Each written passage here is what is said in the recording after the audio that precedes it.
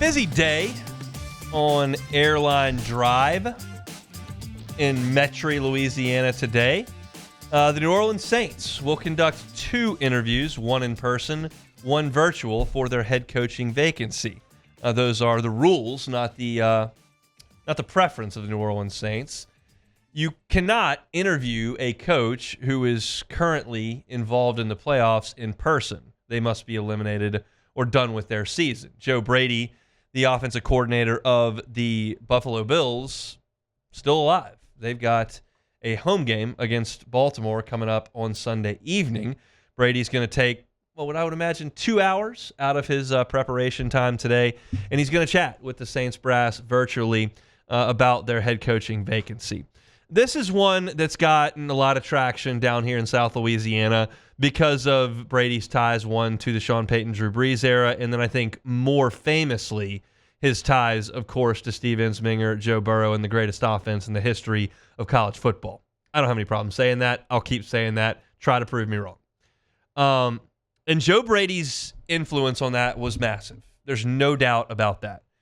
There's famously been on-the-record comments from Ed Ogeron saying that he looked at Steve Ensminger really after Alabama shut LSU out in 2018, and he said, Steve, we got to go to the spread. And Steve Ensminger, as the story goes, just kind of looked at Ed Ogeron and said, okay, well, bring in somebody to teach it to me, and we'll run it. Because, Steve Ensminger didn't grow up in the spread, played in the 70s, coached through the 80s and 90s, and no spread option there, unless you were at BYU. So they looked around, and Joe Brady gave a presentation at a coach's clinic on the screen game, and they had kind of liked what they saw there, and LSU reached out to Saints, hey, can we talk to this young guy, and brought him in, hired him. And he did help transform the LSU offense. Now, what we know now is not what we knew then. What we know now is not what we knew when they got on the plane to go to Austin, Texas in September. Okay? I'm looking right now at the current MVP votes in the National Football League, and Joe Burrow, Jamar Chase, and Justin Jefferson are all in the top 10. So you had an offense that had one of the best quarterbacks coming up, the 2 best wide receivers in the NFL right now, 5 offensive linemen that have started games in the NFL, Terrace Marshall, Thad Moss, and a first-round pick in Clyde Edwards-Helaire, who's still in the NFL. And Joe Brady walked into that situation. And he transformed it. Steve Ensminger deserves a ton of credit. Joe Brady deserves a ton of credit. Now, that's what he did at the college level, which certainly plays in this market. But what has he done since then? Well, he takes the OC job at the Panthers. And you got Matt Rule there, and that organization, as we know, was a mess then, and it's a mess now. And they didn't do much of anything offensively. He's eventually let go, and that's a failure in your first opportunity to be the offensive coordinator, not the co at LSU in the SEC, the offensive coordinator in the NFL. So what do you do from there? And Joe Brady was young and still had a lot of name recognition for what happened at LSU. So he was going to land on his feet. And inevitably, Buffalo scoops him up to coach quarterbacks. Well, guess what? You had some serendipity with all the things that happened in Baton Rouge, with all that talent being accumulated in one place. And then you go to Buffalo, and you know what's there, and that's Josh Allen. Now, they've gone through a little bit of an overhaul as far as their personnel goes, but he was the quarterback's coach. He gets a chance to be the interim OC in 2023. That goes well. They say, all right, you've got the tag. And now the Bills are absolutely humming offensively. And you've got to know or understand, if you're a Saints fan, you're kind of evaluating this. Joe Brady takes this job and comes into New Orleans with that offensive line and these weapons and that quarterback. You shouldn't expect it to look like Josh Allen's Bills. But to me, I think the important thing is that Joe Brady has proven, in terms of running an offense, that if you do give him elite talent, he will produce elite results. I think you're kidding yourself if you're trying to find a coach to come coach your football team that is really great at taking mediocre dudes and being an elite football team. Any great coach needs great players, but some coaches aren't capable of taking great players and producing great results. That's the biggest indictment you can have on a coach. We don't know about Joe Brady. All we know is you give this guy a really good quarterback, he can put up a ton of points. He can do it in college, he can do it in the NFL. He won't have it in year one, and the odds are he won't have it in year two. But if you feel like you can get there and get a great quarterback, he's proven he can get it done. Now, I don't know about him hiring a staff. He's a young guy. He's 35 years old. He's younger than me. So, do you feel like he can run an organization for the first time? Do you feel like you can help him run an organization for the first time because you have an infrastructure that has been around for a very long time? I don't know. I don't have a hot take on Joe Brady. I think there are some pieces to it that make sense. I think there are certainly some risks.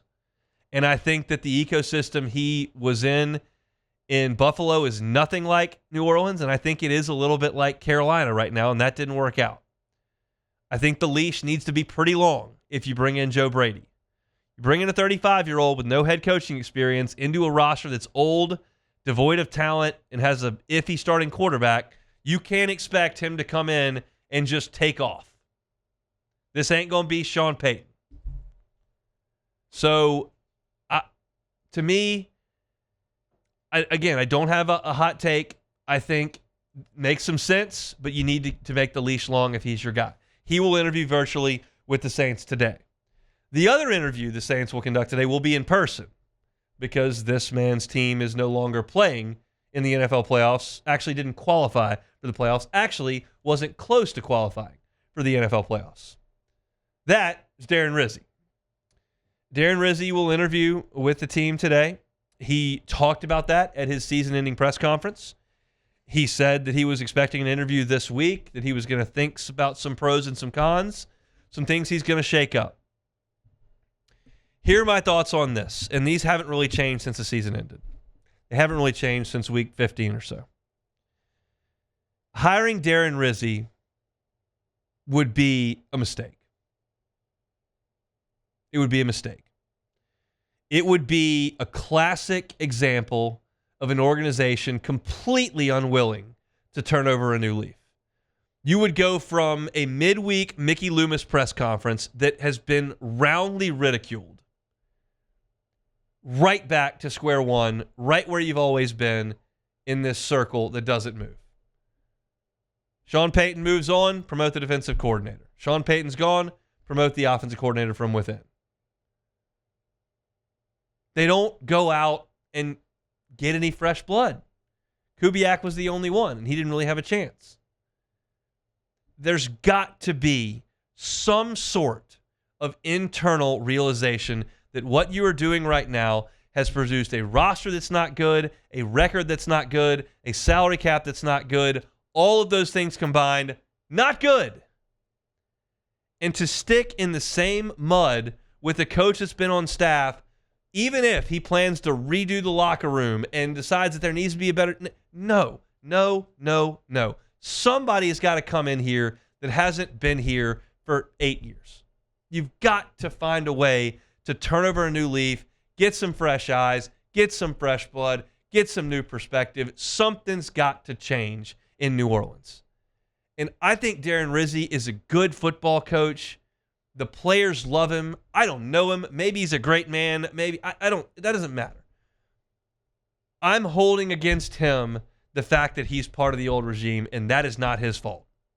He did a good job in New Orleans. He can't be the guy for this job. I don't think that's a hot take, but it is one that I feel conviction in. I'm still on the fence on Joe Brady. I'm still on the fence on Mike McCarthy. I'm still on the fence a little bit with Aaron Glenn. I'm not on the fence with Rizzi.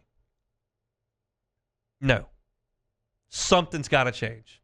And if I got a general manager going, Saints way is doing pretty well in Detroit, it's doing pretty well in Denver, the Saints way is pretty good, and we're close to fixing this thing, and then you hire Darren Rizzi, who's already been here, no. Can't do that 2 times in a row. It made some sense with Dennis Allen. Can't do it this time. So Those are the two interviews today. There's a possibility Brady is free to interview in person next week. There's a possibility Glenn is free to interview in person next week. I don't know if a Mike McCarthy interview is coming or not. They haven't done that yet. We'll see. Sounds like Cliff Kingsbury is kind of content where he is. So the search continues. I'll kind of evaluate things as they come. But to me right now, I'm curious on Joe Brady, not convicted, and I'm out on Darren Rizzi. That's where I am right now at this point. If you're looking for our Saints coverage, you can find it at Hunt on Saints on YouTube. Jordan, you've listened to my diatribe there. You got Joe Brady on a Skype interview as he's getting ready to play the Ravens. You got Darren Rizzi walking down the hall. What do we think? Well, number one, get Rizzi out of here. I mean, I would like to keep him as special teams, but other than that, get out of here. A lot of people want Aaron Glenn. I personally do not want to do another defensive-minded head coach route. We just did that. I would like to switch it up. Let's get something new. So offensive-minded head coach is where my eyes are. So Joe Brady would be nice. I'm a little worried. You said he's younger than you. He's 35. He is. So, I mean, it's like Tyrann Mathieu, Demario Davis might be older than him or around the same age as him. They're the same age. Yeah, I'm not a big fan of that. I didn't know he was that young. But Sean McVay did okay. Not everybody's McVay because, McDaniels was a McVay guy, and he's looking like, a fish out of water right now, or a dolphin out of water, no pun intended. But I just want an offensive-minded guy. I don't really have my eyes set. Mike McCarthy's an offensive-minded guy. He is. I don't have a problem with Mike McCarthy like a lot of people do. But he wins a lot of football games. Yeah, there are some people crowing like crazy on it. I'm not. Now, granted, I didn't see the Cowboys self-implode many a times in the playoffs when McCarthy looking – stupid at the Jumbotron because Dak just threw an intercept. So I didn't seen it. But beggars can't be choosers. We're already at the bottom. $1 million behind the cap. Like, who we should that'd be $50 million behind the cap. Yeah, $50 million. It feels like $100 million at this point. Every year, it just keeps getting higher. They got till March to fix it. 6 weeks. Get after it. Yeah, and then Mickey Loomis is talking about, just because the results don't match up doesn't mean we're doing something wrong. Don't pay attention to the results, Jordan. That's where you're wrong. You can't pay attention to the results. Can't pay attention to the results. And that's why I'm nervous because we have a guy saying that, and I compare Dennis Allen to Chuck Noll. Head coach. I'm not going to pay attention to the results this weekend. I'll just kind of pick some teams to play in the conference championships. We don't need to worry about the results. Who cares? We'll just assign teams where they'll play in the conference championship games. Yeah. That press conference. Look, just because they didn't win doesn't mean you were wrong, okay? Remember that. Let's close it out next. Hey, it's on. Thanks for watching Hunt on Saints. Before you leave, help us out a little bit. Hit that like button, leave your comments in the section below, and hit that subscribe button so you get all our content right here from Hunt on Saints. We'll see you next time.